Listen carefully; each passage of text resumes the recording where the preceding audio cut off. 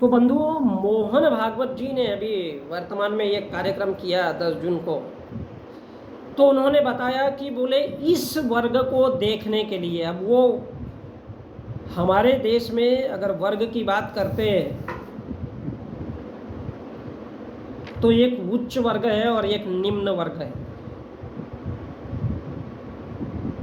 उच्च वर्ग यानी ब्राह्मण बनिया ठाकुर और निम्न वर्ग यानी ओबीसी एससी एसटी प्लस धार्मिक अल्पसंख्यक। अब ये जो भूखे हैं, नंगे हैं, कोई उसमें से किसान है, कोई उसमें से मजदूर है, कोई उसमें से गरीब है, किसी के पास रहने को घर नहीं है, तो मोहन भागवत जी कहते हैं इस वर्ग को देखने के लिए ये विशेष कार्यक्रम है। तो वो अपने वर्ग को यानी उच्च वर्ग को निर्देश दे रहे कि बोले shoot out and go barrel.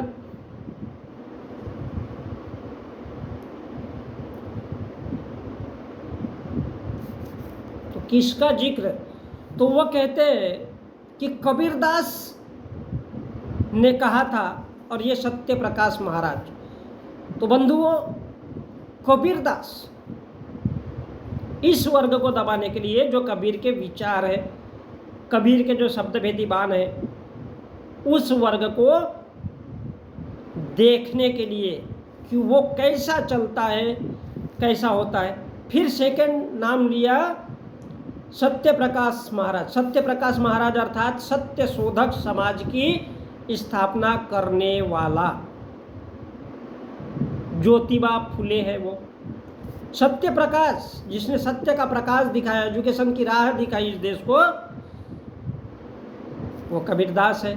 और सत्य प्रकाश महाराज ये नाम रखे जाते हैं, ये डिकोड किया जाता है उनको। और बिरसा मुंडा इस देश के आदिवासी। अब सत्य प्रकाश महाराज किसका प्रतीक है? ये ओबीसी का प्रतीक है। कैटेगरी से, वो वर्ग से ओबीसी है। अब कबीरदास कौन है, किस वर्ग में आता है? शूद्र वर्ग में आता है। सत्य प्रकाश महाराज, जिसने सत्य शोधक समाज की स्थापना की थी, सत्य शोधक समाज की स्थापना की थी, वो ओबीसी का है, ज्योतिबा फुले। बिरसा मुंडा ये आदिवासी है। फिर डॉक्टर अंबेडकर की भी बात की सामाजिक क्रांति को लेकर के। तो बोले भारत में फ्रांसीसी, मतलब भारत के लोगों सावधान हो जाओ। फ्रांस में क्रांति हुई थी, जर्मन में क्रांति हुई थी। क्रांति क्यों हुई थी, इसकी वजह। तो फिर वो डॉक्टर अंबेडकर का भी नाम लेते और तथागत का भी उदाहरण दिया, कुशलस्य उपसंपदा। और डॉक्टर अंबेडकर का नाम लिया क्यों ये। और सर्वप्रथम नाम अगर किसी का लिया तो वो अर्जुन देव का। अर्जुन देव सिख धर्म के 5वें प्रवर्तक। सतनाम, सतनाम। तो बोले अर्जुन देव, ये बड़ा खुशी का दैव है, योग है कि अर्जुन देव को हम क्यों मानना चाहिए भैया, क्योंकि ग्वालियर के किले में काल भैरव के द्वारा उसको यातनाएं दी गई थी। अब वो यातनाएं क्या है, आप कहीं पढ़ो लिखो और देखो कि कैसे उसके पिछवाड़े में, और कैसा उसका पिछवाड़ा सुलगाया गया था। तो बोले उसको ग्वालियर के किले में चक्रव्यूह रचने वाला कौन? ब्राह्मण। तो वह किस वर्ग को देखता है, जमा होता है और वहां से सारांश निकालता है। तो वो ये वर्ग है। कबीरदास किस वर्ग से आता है? देखो, ज्योतिबा फुले ओबीसी से आता है, बिरसा मुंडा आदिवासी, और अंबेडकर दलित, तथागत दलित। अब उस जमाने में वो राजा था, अब नहीं है। मतलब क्या है, वो दलित है, बुद्ध। वो उस जमाने में राजा था, तब कुछ भी उसके साथ में नहीं था, कोई ब्राह्मण, कोई बनिया, कोई ठाकुर, कोई हुचू नहीं कर पाए। और अर्जुन देव को जानबूझ करके जो चक्र रचा था ब्राह्मणों ने उन मुसलमानों को भड़काकर, क्योंकि उसका धर्म, उसका जो सतनाम है, उसका जो सत्य का नाम है, वो भली भांति भयंकर प्रचारित हो रहा था। तो ये जो षड्यंत्र रचा था ब्राह्मणों ने मुसलमानों को भड़का करके कि बोले साला इसकी चटनी पीसो, क्योंकि बोले तुम राजा हो। तो राजा बनने का मतलब क्या है, जो सच्चाई की लड़ाई लड़ता है उसकी साले की चटनी बना दो। तो इस वर्ग को, यानी किस वर्ग को, सामान्य वर्ग को ये सबक सीखना है इससे, कबीरदास से, फुले से, बिरसा मुंडा से, अंबेडकर से और बुद्ध से। तो इनको shoot out and go barrel करने के लिए ब्राह्मण, बनिया, ठाकुरों तैनात हो जाओ, जागृत हो जाओ, एक छत्र आओ, क्योंकि अब हमारे पास तीसरी बार भी सत्ता है। हमारा हिंदू धर्म और कुछ नहीं है, हमारा काम है षड्यंत्र रचने का। ये वर्ग ब्राह्मण, बनिया, ठाकुर, इस वर्ग को, ओबीसी, एससी, एसटी के लोगों को देखे। और हिंदू कहने के पीछे मूल और संरचनात्मक ढांचा यही है, कबीरदास, फुले, बिरसा मुंडा, अंबेडकर और बुद्ध, इनको दबाने का है। हम एकत्रित क्यों होते हैं, इस वर्ग को कैसे दबाया जाए, इनके विचारों को कैसे दफनाया जाए। तो इस देश के लोग अगर गरीब, भिखमंगे, गरीब भिखारी रहेंगे, किसान, मजदूर और गरीब रहेंगे, तो ही ये इन बातों को भूलेंगे। तो सबसे पहले क्या करना है, हिंदू बोल करके हिंदुओं को तोड़ना है।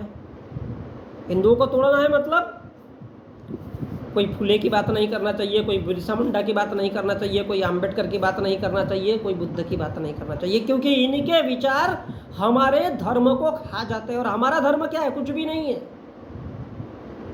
मणिपुर के जैसा आग लगाओ, राज करो। जम्मू कश्मीर में जैसे 370 की धारा लगाई गई है, वो करो और राज करो। बाबरी मस्जिद, राम मंदिर का जो झमेला था, ऐसे झमेला फसाद करो और राज करो, और कुछ नहीं। पैसा कमाओ, खाओ पियो, ऐश करो, ऐसी करो। यही हमारा हिंदू धर्म है।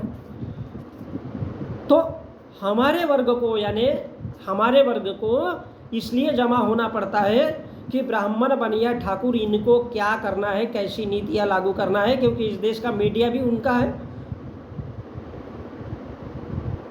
इस देश का शासन, प्रशासन, कोर्ट कचहरी, काला कोट किस लिए पहनते हैं हमारे देश के सुप्रीम कोर्ट और हाई कोर्ट के जज, कि वो भारत के संविधान को नहीं मानते। सीधी सी बात है, नहीं मानते भैया, इसलिए काला कोट पहनते। क्यों मानेंगे हम हिंदू हैं। तो कोर्ट कचहरी, शासन प्रशासन भी उसी के अकॉर्डिंग चलता है। इस देश के में जो आईएएस आईपीएस बनता है वो भी हिंदू होता है, क्योंकि वो जाकर के पत्थर की पूजा करता है। तो हमारा वर्ग, यानी हमारा संघ इस बात के लिए है, हमारा सेवक, हमारी सेवा इस बात के लिए है कि लोगों को जलाओ और शासन करो। मणिपुर जल रहा है, जाकर के ठंडा कर देंगे, बाद में समझाएंगे और फिर बोलेंगे हाँ भैया हमारा हाँ। तो इसलिए, क्योंकि कबीर, फुले, बिरसा मुंडा आदिवासी, फुले ओबीसी, अंबेडकर दलित और बुद्ध अपने आप में एक विचारधारा है। तो इनका दफन करने के लिए ही हमारा वर्ग है।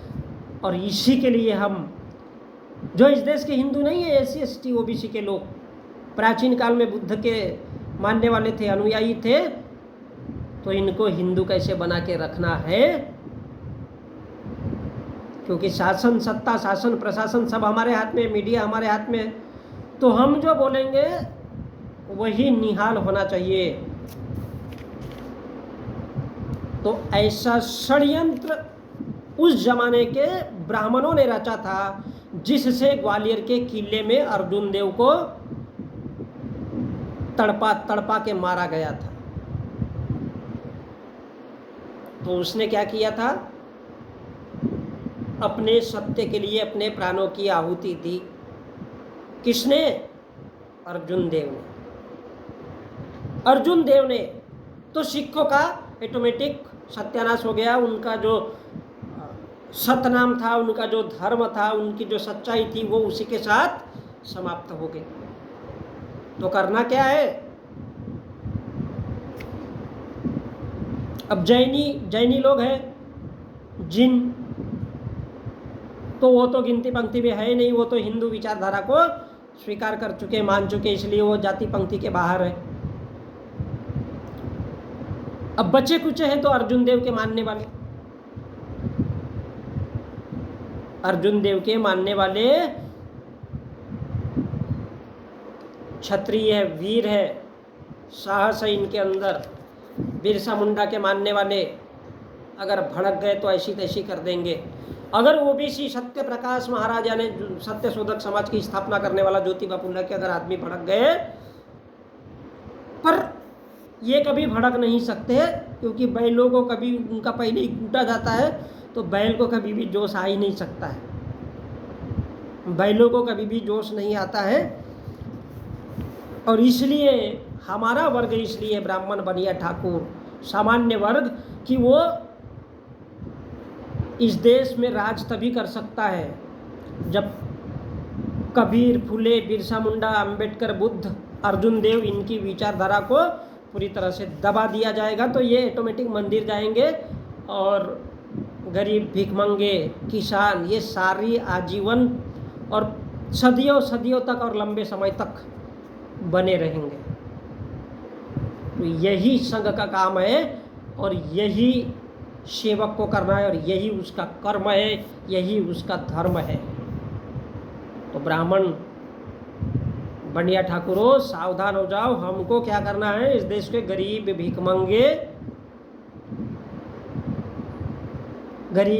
भिखमंगे, किसान, मजदूर, महिला, इन सब को ढोपटना है। इन सब को अगर धोपटेंगे तो अपने आप कबीरदास को भूलेंगे, उसके मानने वाले। सत्य प्रकाश यानी ज्योतिबा फुले को ओबीसी के लोग कभी पहचानेंगे नहीं, आदिवासी कभी बिरसा मुंडा को भगवान नहीं मानेंगे, डॉक्टर अंबेडकर को कोई पूछेगा नहीं और तथागत को कोई पूछेगा नहीं। और यही संघ का उद्देश्य है और यही संघ का काम है, सेवक का काम है।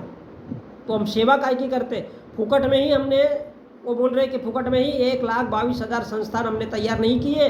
अलग अलग क्षेत्र में, अलग अलग जगह, शिक्षा के क्षेत्र में, बैंकिंग के सेक्टर में, प्राइवेट सेक्टर में, बिजनेस के सेक्टर में, धर्म के सेक्टर में, कहाँ से कैसा होना चाहिए उसकी सेवा करना, ताकि मणिपुर और जम्मू कश्मीर ये ऐसा पैदा किया जा सके, राम मंदिर, बाबरी मस्जिद जैसे वितंड आतंक पैदा किया जा सके। इसका काम हमारे सेवक का काम है और उसी को, और हमारे हिंदू संगठनों का काम है, हमारे साधु संतों का काम है, इन सब को मिला जुला करके, ताकि हर कोई अलग अलग जगह, आज अगर मीडिया शांत है तो मीडिया में आरएसएस कहेगा, कहीं मोहन भागवत योगी से जाकर के मिलेगा, तो इसकी जो चर्चा है, कहीं कोई मोदी से जाकर मिलेगा और मोदी कहेगा आरएसएस खराब है। तो ये एक मिला जुला स्वरूप है और वो इसी देश के मीडिया में, अखबारों में और हर जगह जो इन्फॉर्मेशन टेक्नोलॉजी अगर उसमें जाएगा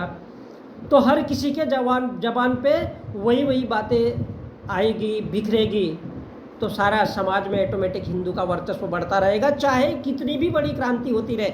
जैसे फ्रांस में हुई थी, जर्मनी में हुई थी, वो क्रांति कभी कुछ नहीं कर सकती और ना ही लोग होश में आ सकते कि उनको गरीबी, भूखमरी, शिक्षा, चिकित्सा इसकी आवश्यकता है। और यही सेवक का काम है।